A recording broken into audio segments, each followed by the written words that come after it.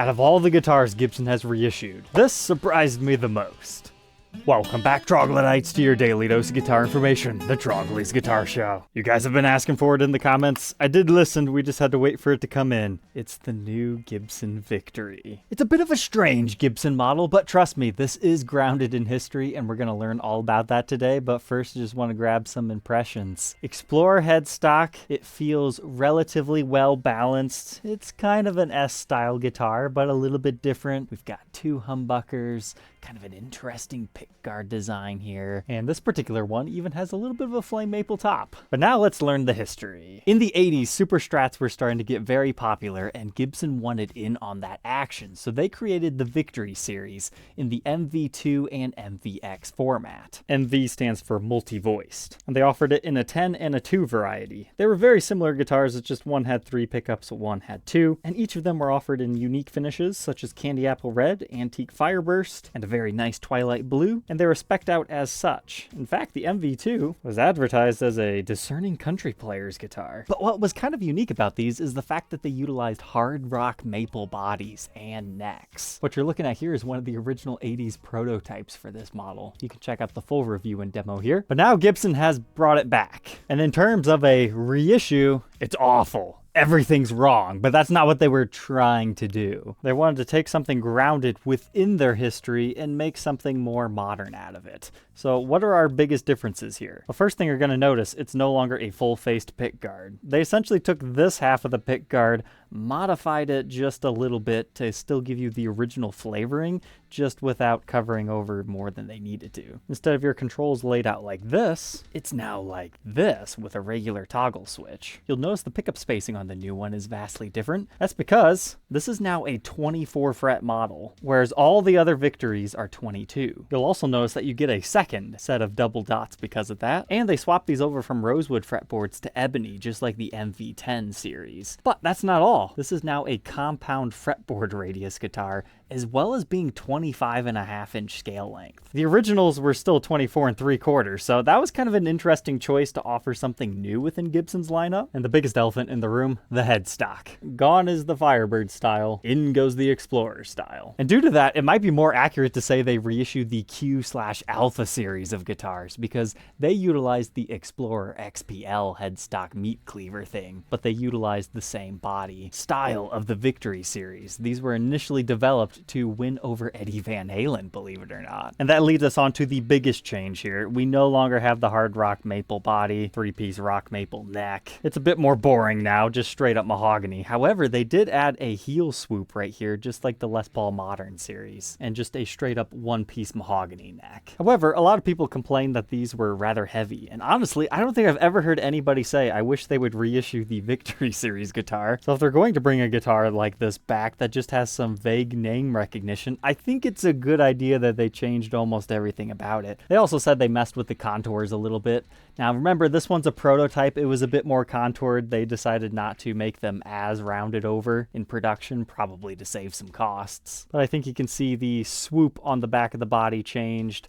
Honestly, the whole guitar seems just a little bit thinner. And so far, that's the real winning deciding factor about this one, is it's so much lighter and well balanced.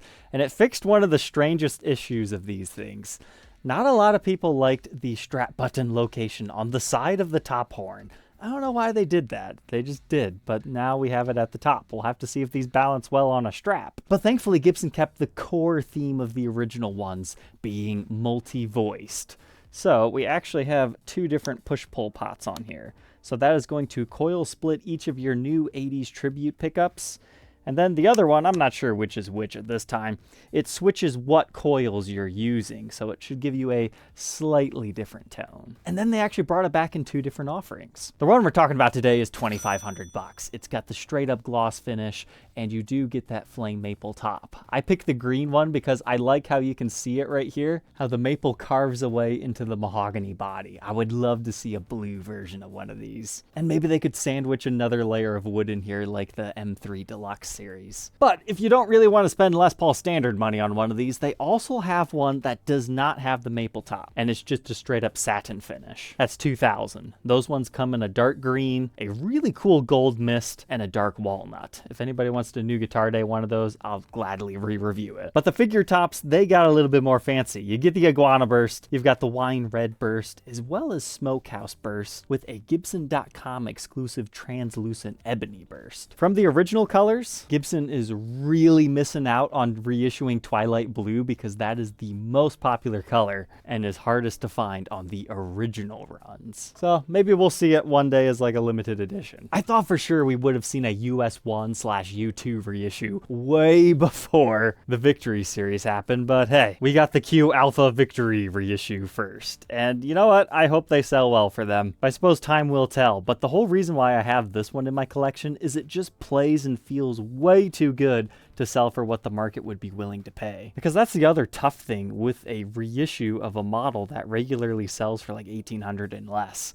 The reissues are more, so that's why they had to do all these other fun changes. But we'll tear this one apart yet today and point out a few other things that I notice as we go over it. So we've got a case, looks like your standard Gibson Modern USA case. It's got the black exterior, black latches. I would argue it's not a very snug fit, but I would love to see Gibson start to sell these separately because I'm curious if an M3 or other Victory series guitars might fit in here because this is way better than any other alternatives that we've had in the past. The answer, yes, but no. Will an M3 fit if you shove it in here on the sides? And technically, will it close? Yes, but I don't know if I would suggest it. But if you have a Q series without an original case, that's like a glove. And in fact, due to being a shorter scale length, it even supports the neck perfectly. And same thing is true on a vintage original, even with their gigantic headstock. But Gibson, please, put these on your website. Your interior pocket, it's quite large. Currently being made in Costa Rica, and you get a silica packet with case keys, Gibson polishing cloth. Oh, they've changed the strap. It almost feels like they changed the bottom side material. That feels a little bit nicer. Pre-packed checklist, Gibson multi-tool, Gibson app, and then for fun, the original box tag and pricing slip from the Gibson Garage. But let's go ahead and throw this one onto the workbench to take an individual look at its parts and specs.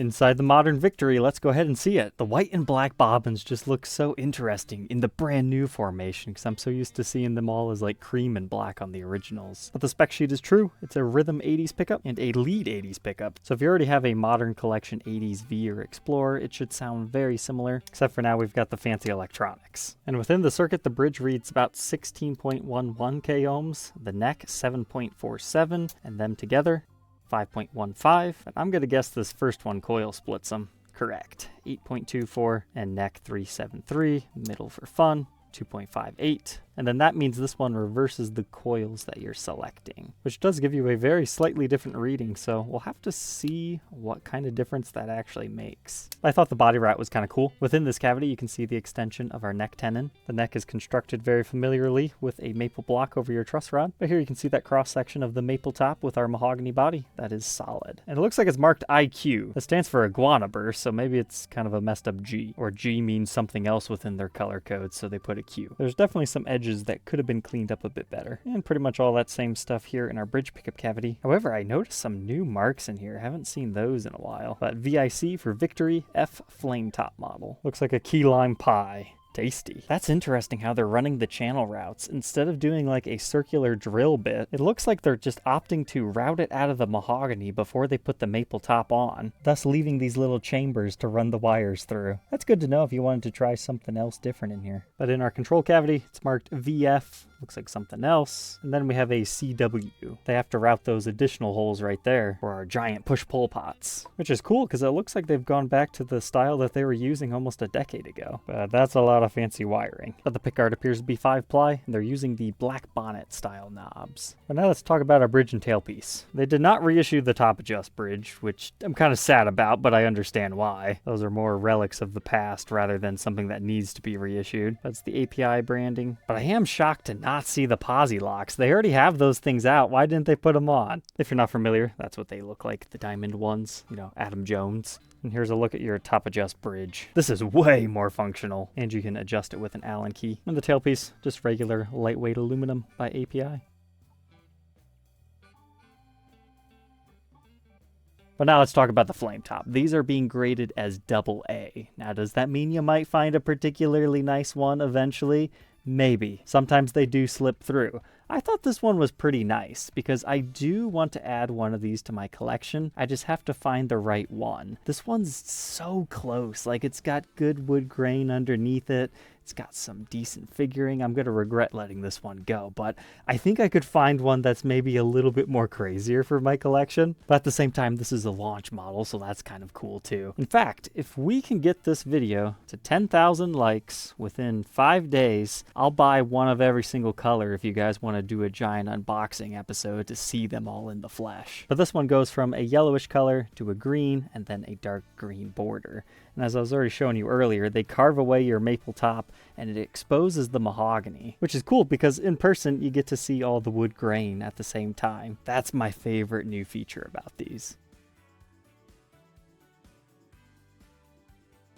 But now we can move on from our mahogany body, maple top, to our mahogany neck, ebony fretboard. And here's where things all got modernized. So we already talked about the 24 medium jumbo style frets and compound fretboard radius, as well as, yes indeed, 25.5-inch scale length. And I know this isn't a one-for-one reissue, but this is a modern series guitar. A lot of the moderns get mother of pearl. They opted for pearloid dots. And the originals had mother of pearl, so I wish they would have made a slightly different choice on that. But it does look like they made the dots bigger, so we have about a 1/4 inch diameter, whereas on the originals you were just a little under 2/10. Personally, I think that was a good move because the dots on the Victories always seemed kind of small, and these definitely stand out a lot more. But as with most modern series guitars, they do not put the fret nibs on. Again, that's a modernization. The originals did indeed have small fret nibs. But one of the cool original features of these, they actually had taller frets than everything else in that era. So it's one of those things where, yeah, it's not necessarily special in today's market, but that was a big selling point for the Victory series. But we have a 1.74-inch nut width, which increases to 212 by the 12. First fret neck depth 0.84 and 0.93 by the 12. For the sake of comparison, 1.7, 0.84, 0.96. Here's a look at that neck profile at the first fret and the 12th fret over here on the contour gauge. That's a night and day difference. Whether you like this neck or not, it's going to come down to personal preference. For me, I like the originals better. I like a little bit more of a rounded neck profile that's not quite as wide, but if you've played like the Dave Mustaine models and you've liked it, or like the SG Modern or Les Paul Modern and you've enjoyed it, you're probably gonna like this neck. But this is part of the modern collection for a reason. No volute or anything like that. That is error corrected, this model. So no change there. You got your Made in USA stamp, and our serial number of this one is 21934093 with the Mini Grover tuners. So far, that's the only thing I don't love about this is the tuners feel very close together with this button style. Here's a look at our truss rod. Everything's looking good there. We just have a blank truss rod cover, and all things considered, it's just a regular Gibson headstock here. We don't have any Victory branding or anything anywhere. It's pretty much its own thing. Or you know what? Now that I think about it, I can't wait for the mod collection to do something strange. Maybe that's where I'll find my keeper. No matter what, I have to have one of these in my collection because I do have a small subsect of Gibson Super Strats for my future museum.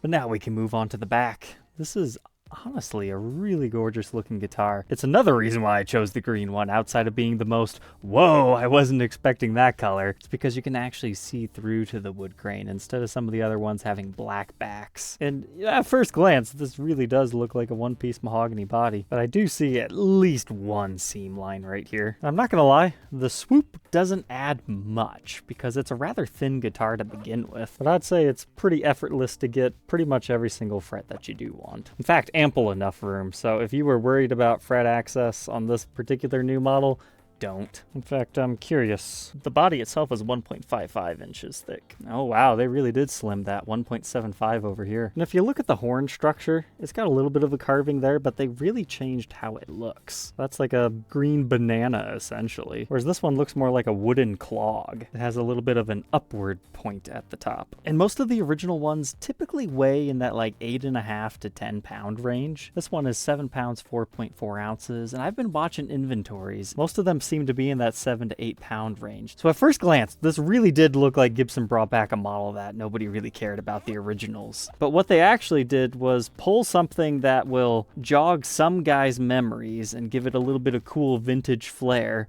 and then design basically a whole brand new model around it. I'm so happy I picked this up, because as cool as the Theodore is, I think this is way more marketable due to the fact that there's a little bit of history behind this and people won't just be like, hey, why is Gibson copying Stratocasters? Well, let's go ahead, plug this thing in, and hear how the 80s tribute pickups sound.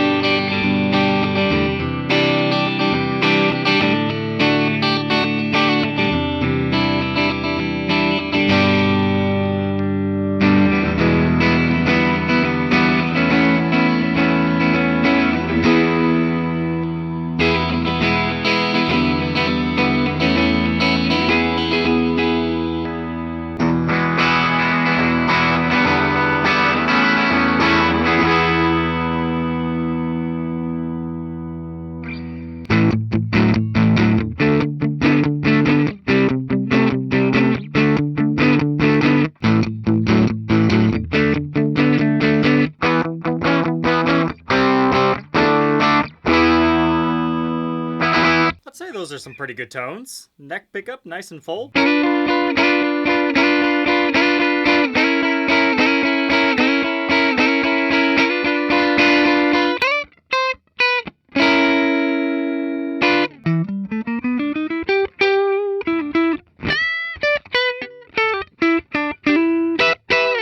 Bridge pickup's got good bite.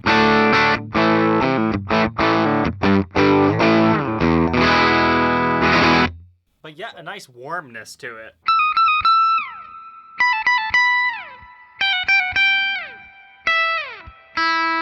And they play together as such.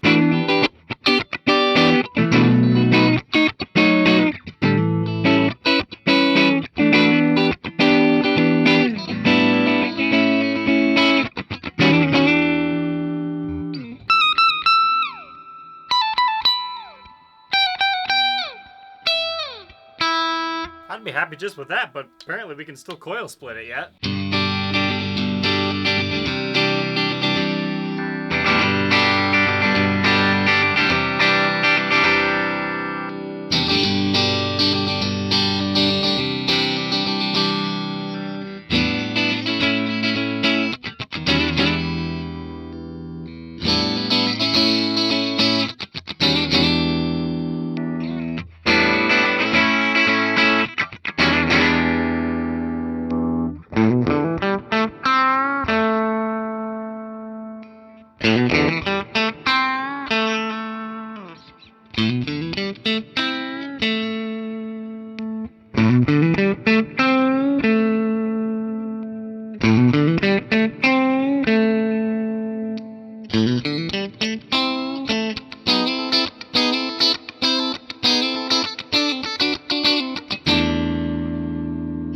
That's fun. Now let's see what that whole switching the coils is. So this is regular. Coil split. Flip the coils.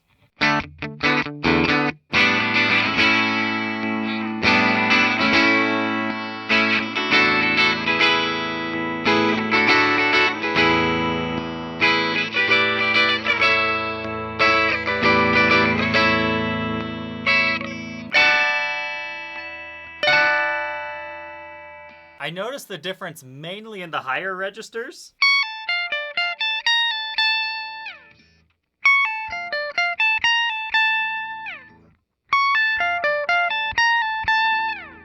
is kind of a cool effect.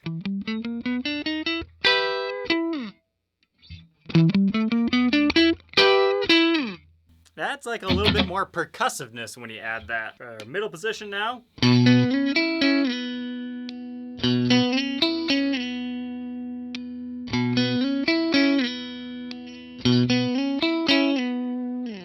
So subtle, but definitely does something. That is very versatile. Now let's try it with a little bit of dirt.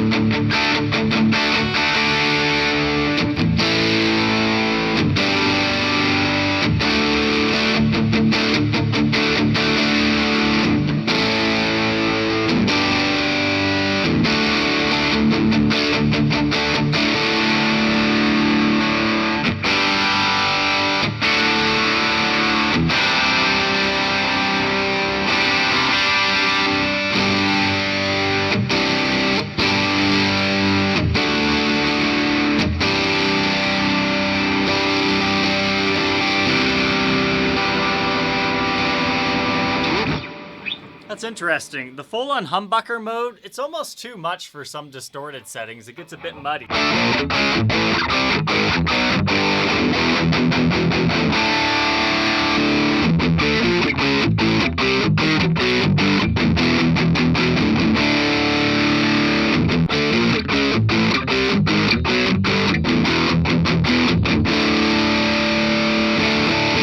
You hear that? It's kind of muddy. Your coil split it, that goes away.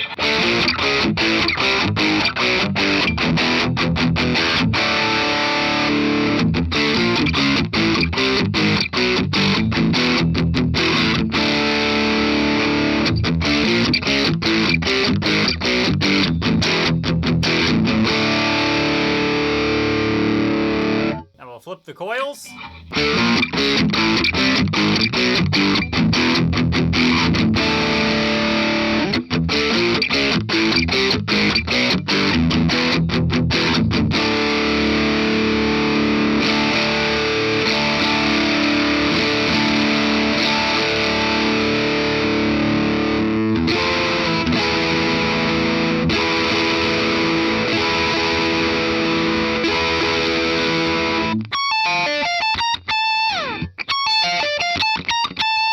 Basically, that's just adding a little bit of percussiveness on the treble side is what I get out of that.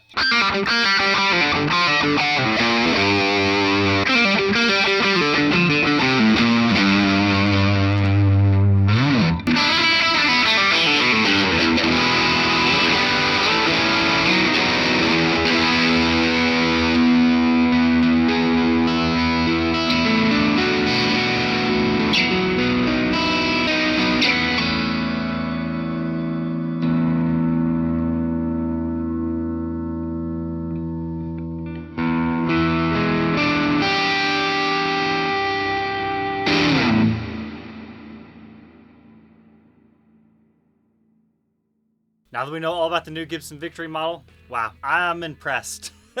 When I first heard about these things being reissued, I thought Cesar was losing his mind, but now I get it. Now that I've tried it, it's not a reissue per se, it's a Rebirth, as we've been talking about. I would highly suggest it. It's not often after I'm done playing the demo on one of these that I want to keep playing and discovering what a guitar can do. So try one at a store or buy it online, give it a shot. I think you will enjoy it.